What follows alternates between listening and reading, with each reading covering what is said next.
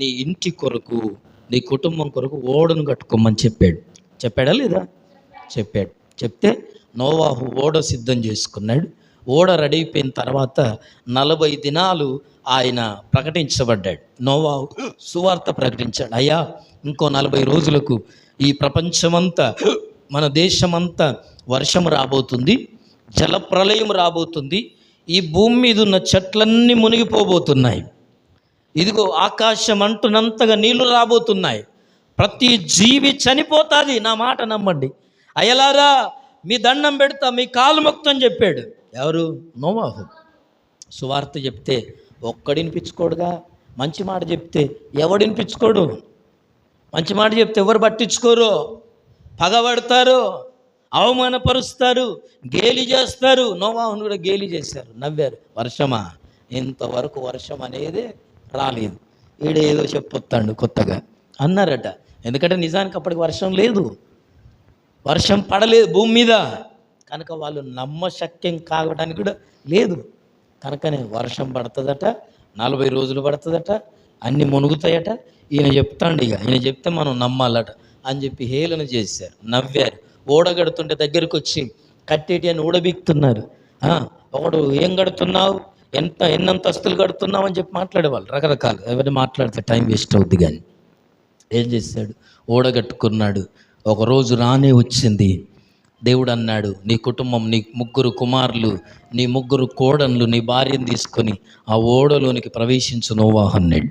ఆ ఓడే ప్రభునందు ప్రియులారా, ఓడలోనికి ఎప్పుడైతే ఆ కుటుంబం వెళ్ళిందో, ఇదిగో సమస్త జీవరాశులను నోవాహు పిలవలేదు, కానీ దేవుడు నోవాహు దగ్గరికి పొమ్మని పంపించాడట. హల్లెలూయా. పక్షులు, జంతువులు, పురుగులు, ప్రతి జంతువు, భూమి మీద ఉన్న ప్రతిది కూడా అన్నీ నోవాహు ఓడలోనికి వచ్చాయట. వస్తే ఆ నోవాహు ఓడలో ఇదిగో జలప్రలయము నుండి భద్రతగా ఆ ఓడను నోవాహు కుటుంబం కొరకు దేవుడు కట్టమని చెప్పాడు. హల్లెలూయా. దేవుని ఆజ్ఞలో నడిచిన వారికట రక్షణ అనేది ఖాయం. హల్లెలూయా. ఎవరికి వస్తుంది రక్షణ? ఎవరికి ఉంటుంది భద్రత? ఎవరికి ఉంటుంది క్షేమం? అంటే దేవుని ఆజ్ఞలో నడుచు వారికి. ఎందులో నడవాలా? దేవుని మాట వినాలా. ఎవరి మాట వినాలా? అందరి మాట వింటాం, కానీ దేవుని మాట వినమండి మనం. అక్కడ మనం చెడిపోయేది ఎక్కడంటే ఇక్కడ మొట్టమొదటిగా ఎవరి మాట వింటాం. దేవుని మాట ఎట్లా తెలవాలి మనకంటే సేవకుని మాట వినాలా. అసలు దేవుని మాట ఎట్లా తెలుస్తాయి మనకు? ఈ లోకంలో దేవుని మాటలు మనకు చెప్పేవాళ్ళు ఎవరు? దేవుణ్ణి ప్రకటించేవారు ఎవరు? దేవుని ప్రతినిధి ఎవరు? దేవుని సేవకులు. కనుక ఎవరి మాట వినాలి? దేవుని సేవకులు వాక్యములో చెప్పిన మాటలు వినాలి. అంటే దేవుని సేవకులు ఉత్తుత్త సలహాలు ఇచ్చేటోళ్ళు కూడా బోలెడు మంది ఉంటారు. సలహాలు కాదు నేను అడిగేది, సూచనలు కాదు నేను అనేది. ఎప్పుడైతే దేవుడు వాక్యములో నుంచి సేవకుల్లో నుండి మాట్లాడతాడో ఆ మాటలను నువ్వేం చేయాలి? స్వీకరించాలి. ఆ మాటలను పట్టుకోవాలి. సేవకులు అందరి సలహాలు అడుగుతాం, కానీ సేవకులను అడగం మనం సలహాలు. అయ్యా, ఒక బిజినెస్ చేద్దాం అనుకుంటున్నాం, నా కుమార్తెకు పెళ్లి చేద్దాం అనుకుంటున్నాం, ప్రార్థన చేయండి అని ఎంతమంది అడిగి చేస్తున్నారు పెళ్ళిళ్ళు? ఎంతమంది అడిగి చేస్తున్నారు ఈ లోకంలో ప్రభునందు ప్రియులారా? ఎందుకంటే అలా అడిగి ప్రార్థనలో పెట్టక ఎవరో అబ్బాయి దొరికాడని, సంబంధం మంచిదని, మంచిగా ఉన్న వాళ్ళని, సెట్ అయిన వాళ్ళని, అన్నీ ఉన్న వాళ్ళని, మనల్ని అంటే చాలా ప్రేమిస్తున్నారని, మనకు దగ్గరోళ్ళని చేస్తే కుటుంబాలు ఆగమైపోతున్నాయి. జాగ్రత్త. దేవుడు లేకుండా ఏ కుటుంబం నిలబడదు. యెహోవా ఇల్లు కట్టించని యెడల కట్టే వారి ప్రయాసం అంత వ్యర్థమైపోద్ది. దేవుడు కట్టాలి. ఏ కుటుంబాన్నైనా, ఏ వ్యక్తినైనా. దయచేసి చెప్తున్నా, ఎవరు కట్టాలా? దేవుడు కట్టాలా, నిలబెట్టాలా. దేవుడు మన జీవితాలను, నీ జీవితాన్ని దేవుడే నిలబెట్టాలా. నీ జీవితానికి ఇంకా ఏ శోధన, ఏ శ్రమలు రావు దేవుడు నిలబెడితే, కట్టగలిగితే. అందుకే ప్రభునందు ప్రియమైన దేవుని బిడ్డలారు, ఎందుకు ఈ మాట చెప్తున్నానంటే, ఆ ఓడలోనికి వెళ్ళిన నోవాహు కుటుంబానికి ఏమన్నా హాని జరిగిందా? హాని జరిగిందా? ఓడ మునిగిపోయిందా? ఓడలోనికి నీళ్ళు ఏమైనా వచ్చాయా? రంధ్రాలు ఏమైనా పడ్డాయా? ఏ హాని కలగల. అందుకే నీతిమంతుడు అందులోనికి వెళ్ళి, ఎందులోనికి? ఓడలోనికి వెళ్ళి రక్షణ దుర్గం, ఏ మహాబలమైన దుర్గంలోనికి వెళ్ళి ఎలాగున్నాడట? సురక్షితంగా ఉన్నాడు. 1 సంవత్సరం అంతా భూమి మీద నీళ్లున్నాయి, కానీ ఓడలోనికి ఒక్క నీరు కూడా రాలేదట. దేవుడు నోవాహును కుటుంబాన్ని పోషించాడు, జంతువులను పోషించాడు, సింహాలను కదా, అందులో ఉన్న సమస్తాన్ని పోషించాడు. అంటే దేవుని ఆజ్ఞలో నడుచు వారికి ఏముంటుందంటే రక్షణ ఖాయం. రెండవది, ప్రభునందు ప్రియులారా, మోషేను తన తల్లి పుట్టిన తర్వాత యొక్కోబేదు అమ్రాము యొక్కోబేదు అప్పుడున్న ఐగుప్తులో ఉన్న రూల్ ఏంటంటే, మగపిల్లలందరినీ, ఇశ్రాయేలీలు ఐగుప్తు దేశంలో ఎక్కువ అవుతున్నారు కనుక వాళ్ళని ఏం చేయాలి? మగపిల్లల్ని చంపేయాలని చెప్తే 3 నెలలు ఎవరి కంటబడకుండా, ఏడుపు బయటకు రాకుండా ఏం పెట్టిందో గొంతులో నాకు తెలియదు, కానీ మోషేను ఏడవనివల 3 నెలలు అయిపోయింది. 3 నెలల తర్వాత పెద్దవాడవుతున్నాడు, పాలు తాగుతున్నాడు. ఇప్పుడు ఏడిస్తే స్వరం పెద్దగా వస్తుంది కనుక దాయలేదు. ఒకవేళ నా కొడుకు 2 సంవత్సరాల లోపు ఉన్న చంపాలి కనుక అందులో మోషేను కూడా చంపేస్తారని చెప్పి ఒక జమ్ము పెట్టె తయారు చేసి, ఆ జమ్ము పెట్టెలో తన కుమారుణ్ణి పడుకోబెట్టి, మోషేను పడుకోబెట్టి, ఎంత ధైర్యం అండి! కొడుకును త్యాగం చేయట్లా. ఈ రోజుల్లో సేవకి ఇవ్వండి, పరిచర్యకి ఇవ్వండి, మందిరానికి తీసుకురండి, ఏ త్యాగాలు లేవు.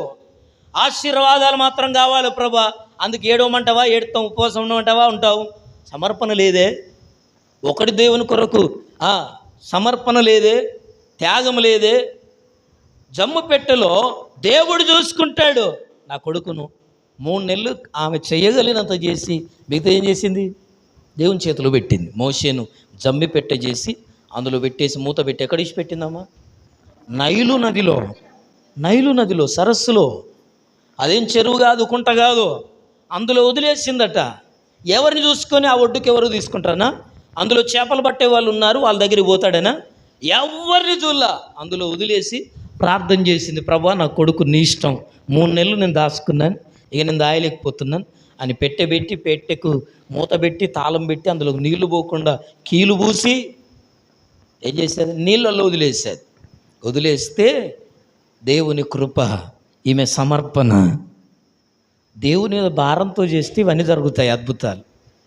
దేవునితో భారం చేయకపోతే ఏం చూడం, మనం ఏం చెయ్యం కూడా. వదిలేసింది నీళ్ళల్లో. జరిగిందేంటి? అదే సమయానికి ఫరో కుమార్తె స్నానానికి రావాల్సిన అవసరం ఏంటి? ఏ పొద్దున్నో సాయంత్రం రావచ్చుగా. ఈమె విడిచిపెట్టిన టైంకి వచ్చిందట. దేవుడు పంపించాడు. దేవుని మీద నమ్మకంతో చేస్తే దేవుడు పంపిస్తాడు. హల్లెలూయా. యోనా కొరకు తిమింగలాన్ని పంపియలా? దేవుని నమ్మకంతో నువ్వు ప్రయాణం చేస్తే నీకు సాయం చేసే వాళ్ళని ఎదురుగా నడిపిస్తాడు. అప్పులున్నావని, డబ్బులు లేవని తనలాడుతున్న నీకు ప్రార్థన చేస్తే డబ్బులు ఇచ్చేవారిని ఎదురుగా నడిపిస్తాడు. నీ ఇంటికి వచ్చి ఇచ్చిపెట్టేలు చేస్తాడు. అది దేవునితో నమ్మకంతో చేసే పనులు ఇవన్నీ. దేంతో చేయాలా? అంతే. దేవుని మీద ఆధారపడి చేయాలి ఇవన్నీ. ఈ రోజుల్లో దేవుని మీద ఆధారపడడం మానేశాం. రావడం పోవడం నేర్చుకున్నాం. ప్రార్థన అంటే రావడం పోవడం. క్రియలు లేని విశ్వాసంలోనికి వచ్చాం. దిగజారిపోతున్న భక్తి జీవితంలోకి వచ్చాం. మనమే కాదు నేను మాట్లాడేది, ఇప్పుడున్న క్రైస్తవ సమాజం అలా తయారైంది.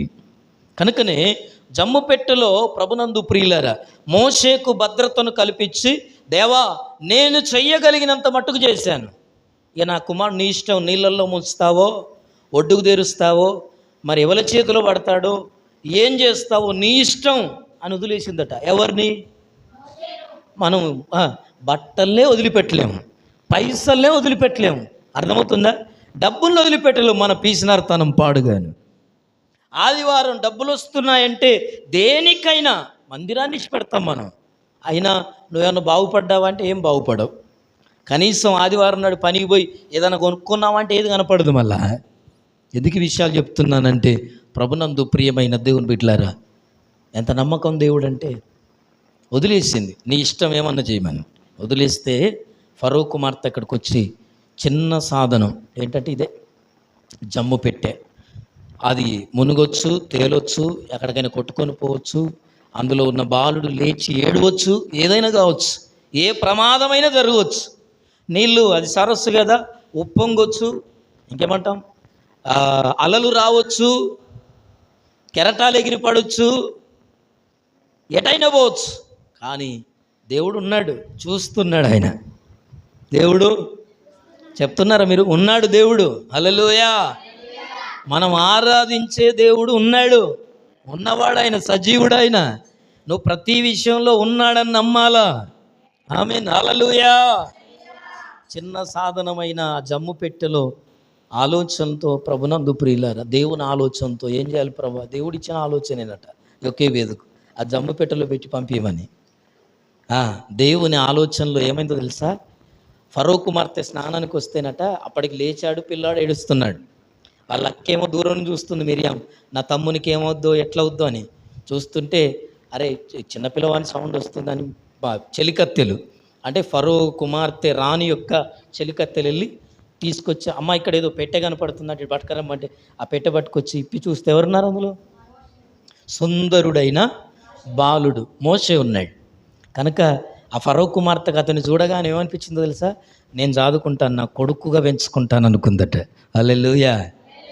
భద్రత, చిన్న పెట్టెలో భద్రత. ఈరోజు నీకున్న చిన్న చిన్న అవసరాల్లో దేవుడు నీకు భద్రతనివ్వగలిగాడు. ఆమేన్, హల్లెలూయా, హల్లెలూయా, ప్రైజ్ ది లార్డ్. ఇంకా 2 విషయాలు ఉన్నాయి. ఎస్తేరు కోటలో భద్రత. ఎస్తేరు ఎక్కడుంది? పినతండ్రి మొర్దెకై అన్న పినతండ్రిగా మారిపోయాడు. పెళ్లి లేదు, అయిందో కాలేదో తెలియదు చరిత్రలో ప్రభునందు ప్రియులారా. కానీ అన్నే అసలు ఆయన అన్నే, కానీ తండ్రిగా కుమార్తెను పెంచాడట. చిన్నప్పటి నుంచి తల్లిదండ్రులు చనిపోయారని అన్నీ చూసుకున్నాడు, బాగోగులు చూసుకున్నాడు, పెద్దదాన్ని చేశాడు. అయిన తర్వాత నువ్వు ఇక్కడ ఉండడం, నా దగ్గర ఉండడం క్షేమం కాదు, నీకు భద్రత కాదు. నువ్వు ఎక్కడికి వెళ్ళాలా? షూషాను కోటలోకి వెళ్ళాలి. హల్లెలూయా. అహష్వేరోషు రాజు యొక్క కోటలోనికి వెళ్ళాలి. ఆ షూషాను కోటలో 120 సంస్థానాలు ఉంటాయి, రాజ్యాలు ఉన్నాయి. అంటే భారతదేశం ఎన్ని రాష్ట్రాలు? 29 రాష్ట్రాలు, అది 120 సంస్థానాలు. హల్లెలూయా. హిందూ దేశం మొదలుకొని కూషు దేశం వరకని రాయబడింది. 120 సంస్థానాలు, రాజ్యాలు. వాటన్నిటికీ అహష్వేరోషు రాజు ఆ కోటలోనికి, అమ్మా నువ్వు ఇక్కడ ఉండొద్దు, మొర్దెకై ప్రేరేపణతో, దేవుడిచ్చిన స్థానం మనకు రక్షణ, దేవుడిచ్చిన ఆలోచన మనకు రక్షణ, భద్రత, దేవుడిచ్చిన ఆజ్ఞ మనకు భద్రతనిస్తుంది. హల్లెలూయా. అవి నేను చెప్తున్న విషయాలు. షూషాను కోటలోనికి పంపిస్తే దేవుడిచ్చిన స్థానంలోనికి, ఏ స్థలంలో గత వారం చెప్పారు, ఏ స్థలంలో అడుగుపెట్టిందో ఆ స్థలానికి రూతు, ఎస్తేరు, నువ్వు బొగ్గే, నువ్వు కాలు పెడితే ఆ ఇల్లు బొగ్గు, ఇంకా ఆ కుటుంబం బొగ్గు, ఆయన బొగ్గు కదా. ప్రార్థన పరులు ఎట్లుండాలి? భక్తి పరులు ఎట్లుండాలి? క్షమించాలి, అందరినీ ప్రేమించడం నేర్చుకోవాలా, అందరికీ ప్రేమ గుణం నేర్పించాలా, మనల్ని చూసి నేర్చుకునే విధంగా మనం తయారైపోవాలా. హల్లెలూయా. ప్రతి ఒక్కరు వచ్చి తెల్లగున్నోళ్ళైనా నల్లగున్నోళ్ళైనా అద్దం చూసుకుంటారు. ఎవరు చూసుకుంటారు? ఇదేం మిర్రర్, అద్దం చూసుకుంటారు. మంచిగున్నా కూడా ఏం చేస్తారు తల్లి? మంచిగున్నదని తెలిసినా కూడా. హల్లెలూయా.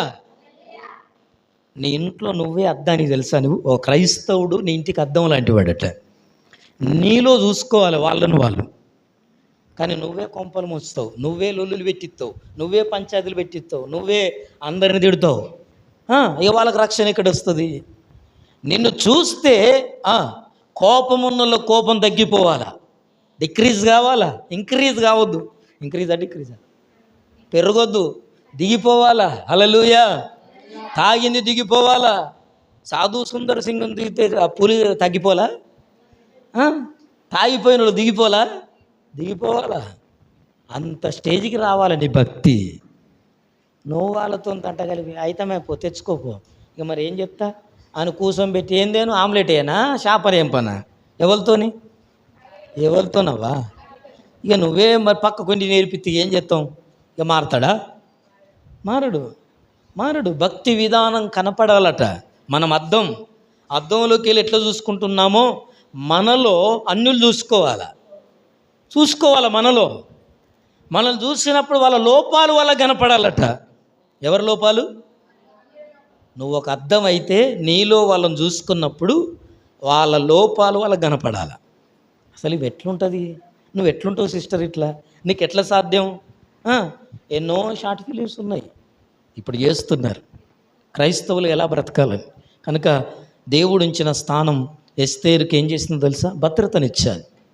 మొట్టమొదటి చెప్పాను, నోవాహు ఓడలో నోవాహు భద్రత దొరికినట్లుగా దేవుని ఆజ్ఞలో ఉన్న వారికి భద్రత, ఆ ఆజ్ఞను పాటించిన వారికి, దేవుని ఆలోచనలతో నడిచే వారికి భద్రత, దేవుడించిన స్థానములో ఉండే వారికి భద్రత, చివరిది ఏంటంటే క్రీస్తులో ఉన్న వారికి శాశ్వత భద్రతట. యోహాను సువార్త 10:28. ఇవన్నీ చెప్పలేదు మీకు రెఫరెన్సులు. ఆది 6:18 నోవాహు గురించి ఉంటుంది. నిర్గమ 2:3 మోషే గురించి ఉంటుంది. ఎస్తేరు 4:16 ఎస్తేరు గురించి ఉంటుంది. యోహాను 10:28 క్రీస్తులో ఉన్న వారికి ఏ భద్రత? శాశ్వతమైన భద్రత. హల్లెలూయా, హల్లెలూయా, ప్రైజ్ ది లార్డ్, హల్లెలూయా. ప్రభులో ఉన్న మనకు శాశ్వతమైన భద్రత అండి. ఈ తరంతో ఉండేది కాదు, ఈ జీవితంతో ఉండేది కాదట.